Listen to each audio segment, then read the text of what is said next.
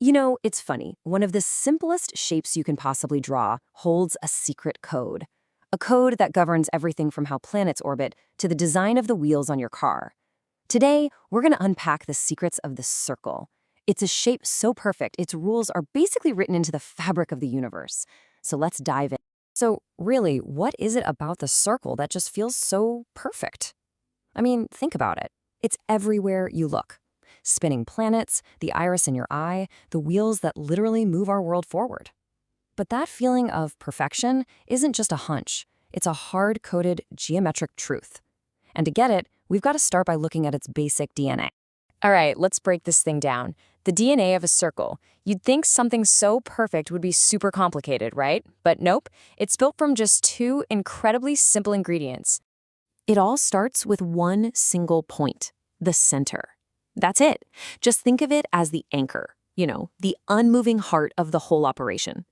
Every single thing about the circle is measured from this one exact spot. And the second ingredient, well, it's the rule. We call it the radius, and it's just a fixed distance. This number basically lays down the law. It says, listen up, no point on my edge can be any closer or any farther than this exact distance from the center. And this is where the magic happens. You take those two things, the center point and the radius rule, and you get perfection. Imagine tying a leash to a pole in a field. As you walk around keeping that leash tight, you trace a perfect circle on the ground. That's literally all a circle is, the collection of every single point that obeys that one simple rule. An infinite number of points creating one perfect shape. So simple, but so profound. Okay, so we know how to build one. Now for the fun part. Let's figure out how to take it apart. Because by understanding how to slice and dice it, we start to uncover all of its cool, hidden properties. So the simplest slice you can possibly make is called a chord. It's nothing fancy, it's just a straight line that connects any 2 points on the circle's edge. Think of it like a little shortcut, cutting right across from one side to the other. And that makes you wonder, right? What's the longest possible shortcut you can take? Well, it's the one that goes right through the heart of the circle, through the center. This chord is so important it gets its own special name, the diameter. And here's a neat trick. It's always, always exactly twice as long as the radius. Now, whenever you draw a chord, you actually create two different things that people get mixed up all the time. First, there's the arc. The arc is just the curvy part of the edge. Think of it like the pizza crust. But the segment, that's the whole area that got sliced off. That's the entire piece of pizza, crust and all. But, of course, cutting with a chord isn't the only way to do it. What if you cut the circle like you'd actually cut a pizza? Starting from the very middle and going outwards. Well, that gives you a completely different kind of slice. And that classic wedge-shaped piece is called a sector. It's the area trapped between two radii and the arc that connects them. So here's the key difference. A segment is made by one chord. A sector is made by two radii. That little pizza analogy really does make it easy to remember. Okay, so we've got all our pieces on the board, we've named all the parts, but the real magic of geometry isn't just about learning names. It's about discovering the hidden rules that connect everything. And it turns out, all these little pieces interact with each other in some really beautiful and totally predictable ways. We're about to look at 4 key rules. You can think of them like the circle's source code. Once you get these, you can predict exactly how a circle is going to behave, and you can solve problems that look, at first glance, totally impossible. All right, our first 2 rules are basically a package deal. 2 sides of the same coin. They create this perfect link between a chord's length and the angle it makes at the center. It's super simple. If you have 2 chords that are the exact same length, they will make the exact same angle at the center.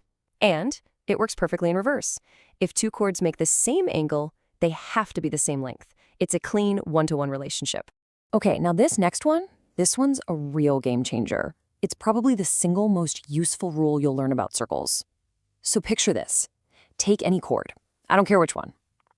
Now, what do you think happens if we drop a line from the center so that it hits that chord at a perfect 90-degree angle?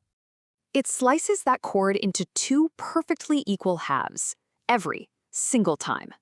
This isn't just a coincidence, it's a fundamental property called bisection. And this one simple rule, it is the key that unlocks all sorts of geometric puzzles. So you might be thinking, okay, cool rules, but why does this matter? Well, it matters because these aren't just abstract ideas, they're practical tools. So let's put them to work. Let's solve a classic geometry puzzle and see this logic in action. All right, here's our puzzle.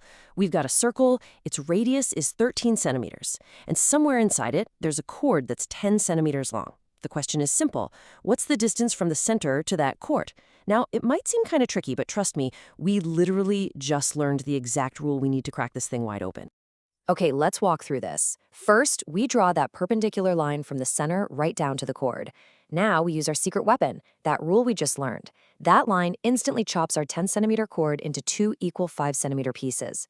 Now look closely. When we draw a radius from the center to the end of the chord, boom, we just created a perfect right-angled triangle.